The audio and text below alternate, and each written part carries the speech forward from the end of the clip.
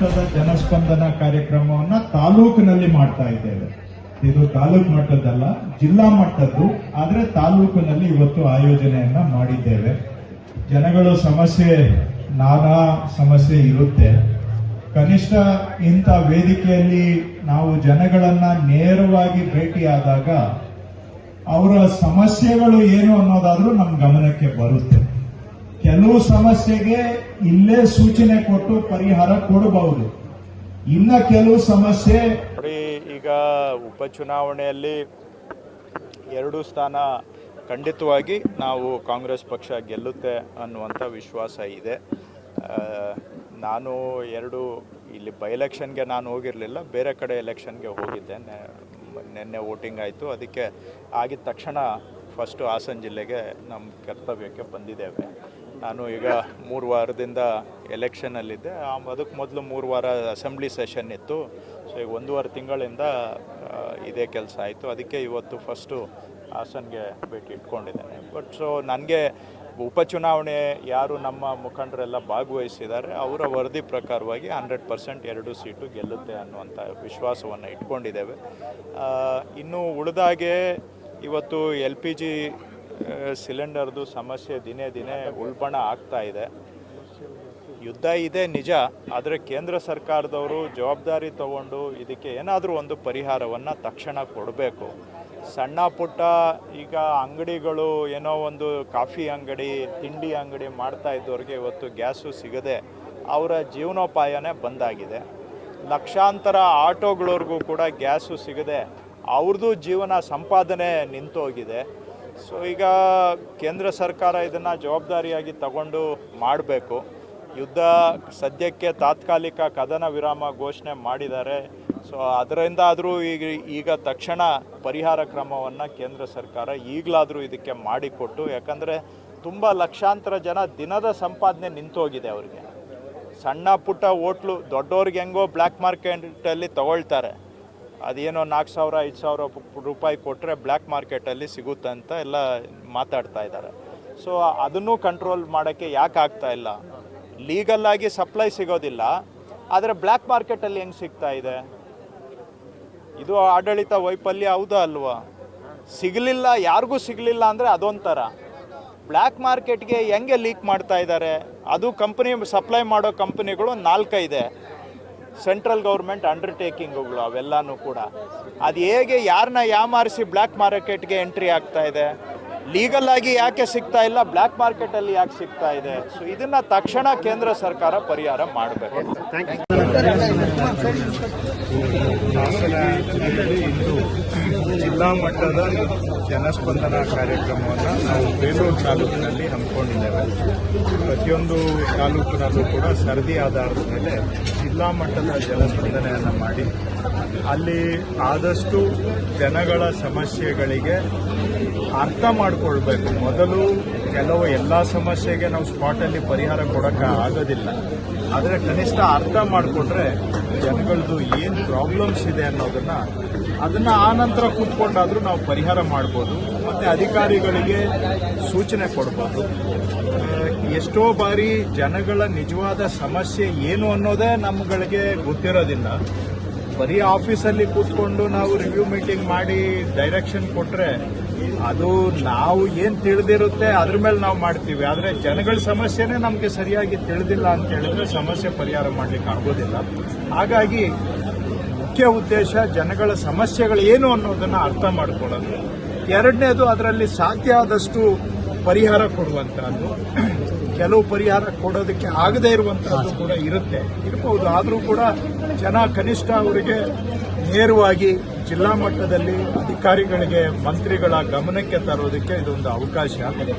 ನಾವು ಆಫೀಸಲ್ಲಿ ಕೂತು ಏನೇ ಕೆಲಸ ಮಾಡಿದರೂ ಕೂಡ ಎಲ್ಲಿವರೆಗೂ ನೇರವಾಗಿ ಮುಕ್ತವಾಗಿ ಜನಗಳಿಗೆ ಬಂದು ಅವ್ರ ಸಮಸ್ಯೆ ಹೇಳ್ಕೊಳ್ಳೋದಕ್ಕೆ ಅವಕಾಶ ಕೊಡೋದಿಲ್ಲ, ಅಲ್ಲಿವರೆಗೂ ಬಹುಶಃ ನಾವು ಸಕ್ರಿಯವಾಗಿ ಕೆಲಸ ಮಾಡಲಿಕ್ಕೆ ಆಗೋದಿಲ್ಲ.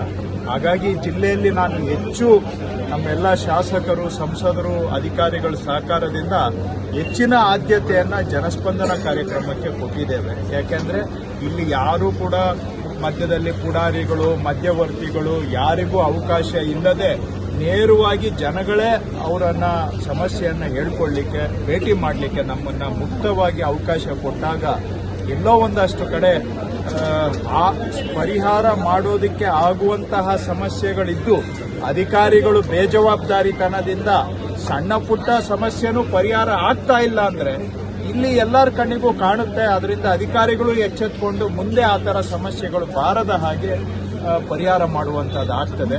ಆದರೆ ತಾಲೂಕಿನಲ್ಲಿ ಇವತ್ತು ಆಯೋಜನೆಯನ್ನ ಮಾಡಿದ್ದೇವೆ. ಜನಗಳು ಸಮಸ್ಯೆ ನಾನಾ ಸಮಸ್ಯೆ ಇರುತ್ತೆ. ಕನಿಷ್ಠ ಇಂಥ ವೇದಿಕೆಯಲ್ಲಿ ನಾವು ಜನಗಳನ್ನ ನೇರವಾಗಿ ಭೇಟಿಯಾದಾಗ ಅವರ ಸಮಸ್ಯೆಗಳು ಏನು ಅನ್ನೋದಾದ್ರೂ ನಮ್ಮ ಗಮನಕ್ಕೆ ಬರುತ್ತೆ. ಕೆಲವು ಸಮಸ್ಯೆಗೆ ಇಲ್ಲೇ ಸೂಚನೆ ಕೊಟ್ಟು ಪರಿಹಾರ ಕೊಡಬಹುದು.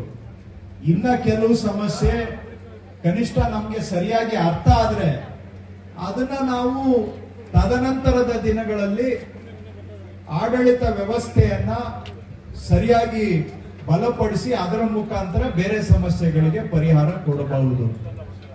ಕೆಲವು ಸಮಸ್ಯೆಗಳು ನಮ್ಮ ಗಮನದಲ್ಲೇ ಇರೋದಿಲ್ಲ, ಕೆಲವು ನಮ್ಮವರೆಗೂ ತಲುಪೋದಿಲ್ಲ. ಆದ್ರೆ ಈ ರೀತಿ ಜನಸ್ಪಂದನ ಕಾರ್ಯಕ್ರಮ ಮಾಡಿದಾಗ ಕನಿಷ್ಠ ಸಮಸ್ಯೆಗಳು ನಮ್ಮ ಗಮನಕ್ಕಾದ್ರೂ ಬರುತ್ತೆ. ಆ ನಂತರ ನಾವು ಇವತ್ತಲ್ಲ ನಾಳೆ ಅದಕ್ಕೆ ಒಂದು ಪರಿಹಾರ ಕ್ರಮವನ್ನ ರೂಪಿಸಬಹುದು.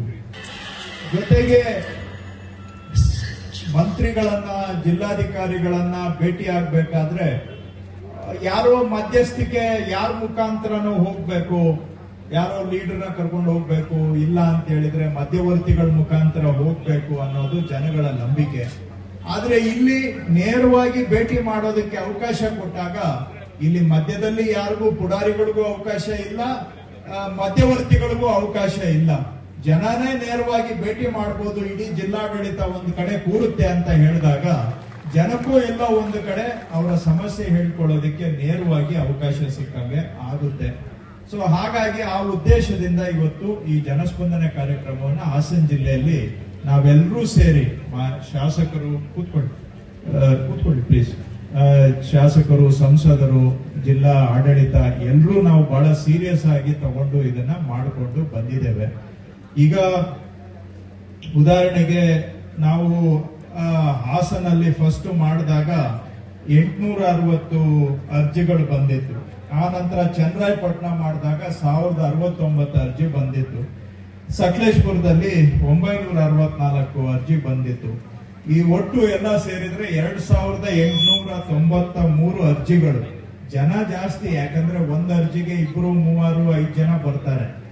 ಜನ ಹೆಚ್ಚಿಗೆ ಬಂದಿದ್ದಾರೆ, ಸಾವಿರಾರು ಜನ ಬಂದಿದ್ದಾರೆ. ಆದ್ರೆ ಅರ್ಜಿಗಳು ಇಷ್ಟು 2893. ಇದರಲ್ಲಿ ಒಂದು 56 ಅರ್ಜಿ ಇನ್ನು ಬಾಕಿ ಇದೆ. ಬಿಟ್ರೆ 2837 ಅರ್ಜಿಯನ್ನ ಇಲ್ಲಿವರೆಗೆ ಬಂದಿದ್ರ ಪೈಕಿ ನಾವು ವಿಲೆ ಮಾಡಿದ್ದೇವೆ. ಅಂದ್ರೆ ಸುಮಾರು 99% ಅಷ್ಟು ವಿಲೆ ಮಾಡಿದ್ದೇವೆ. ಅದರಲ್ಲಿ ಕೆಲವು ಸಮರ್ಪಕವಾಗಿ ವಿಲೆ ಆಗಿಲ್ಲ ಅಂತ ಹೇಳಿದಾಗ ನಾನು ಸೂಚನೆ ಕೊಟ್ಟಿದ್ದೆ ಜಿಲ್ಲಾ ಆಡಳಿತಕ್ಕೆ. ಅವುಗಳನ್ನ ವಿಲೆ ಆಗಿದೆ ಅಂತ ತೋರಿಸಿದ್ರು ಕೂಡ ಅದು ಸರಿಯಾಗಿ ಆಗಿಲ್ಲ, ಹಾಗಾಗಿ ಅದನ್ನ ಮತ್ತೊಮ್ಮೆ ಪರಿಶೀಲನೆ ಮಾಡಬೇಕು ಅಂತ ಸೂಚನೆ ಕೊಟ್ಟು ಸೆಕೆಂಡ್ ಟೈಮು ಕೂಡ ಅವುಗಳನ್ನ ನಾವು ಕರೆಕ್ಟ್ ಆಗಿ ವಿಲೆ ಮಾಡೋದಕ್ಕೆ ಸೂಚನೆಯನ್ನ ಕೊಟ್ಟಿದ್ದೇನೆ. ಈಗ ವಿಲೆ ಮಾಡಿದೀವಿ ಅಂದ್ರೆ ಎಲ್ಲ ಪರಿಹಾರ ಆಗಿದೆ ಅಂತ ಅಂತೂ ನಾನು ಹೇಳ್ತಾ ಇಲ್ಲ.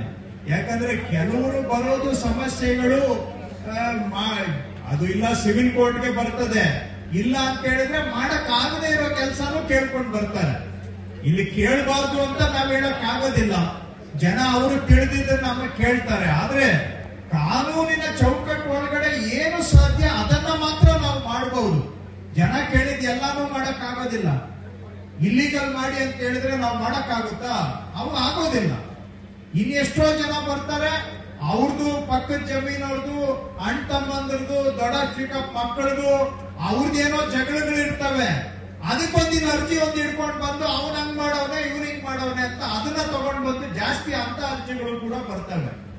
ಅವ್ರವ್ರದ್ದು ಏನೋ ಸಂಸಾರದ ಸಮಸ್ಯೆ ಇರ್ತದೆ, ಅಥವಾ ಅಕ್ಕಪಕ್ಕ ಇಲ್ಲೂ ಇರ್ಬೋದು. ಈಗ ಬಂದಿರೋರ ಪೈಕಿ ಅಂತ ಅವರು ಪಕ್ಕದ ಮನೆಯವ್ರ ಮೇಲೆ ಕಂಪ್ಲೇಂಟ್ ಮಾಡಕ್ಕೆ, ಪಕ್ಕದ ಜಮೀನವ್ರ ಮೇಲೆ ಕಂಪ್ಲೇಂಟ್ ಮಾಡಕ್ಕೆ, ಅವ್ರು ಒತ್ತುವರಿ ಮಾಡೋರೆ, ನಾನು ಒತ್ತುವರಿ ಮಾಡಕ್ ಹೋದಾಗ ನನ್ಗೆ ಬಿಡ್ಲಿಲ್ಲ ಅಂತ ಹೇಳಿ ಇವಾಗ ಅವ್ರು ಒತ್ತುವರಿ ಎತ್ಕೊಂಡು ಬರೋದು, ಇವೆಲ್ಲ ಇರ್ತವೆ. ಆದ್ರೆ ನಾವು ಅದನ್ನ ಕೆಲವನ್ನ ನೀವು ತಗೊಂಡ್ ಬರ್ಬೇಡಿ ಅಂತದೆಲ್ಲ ಅಂತ ಹೇಳಕ್ ಆಗೋದಿಲ್ಲ.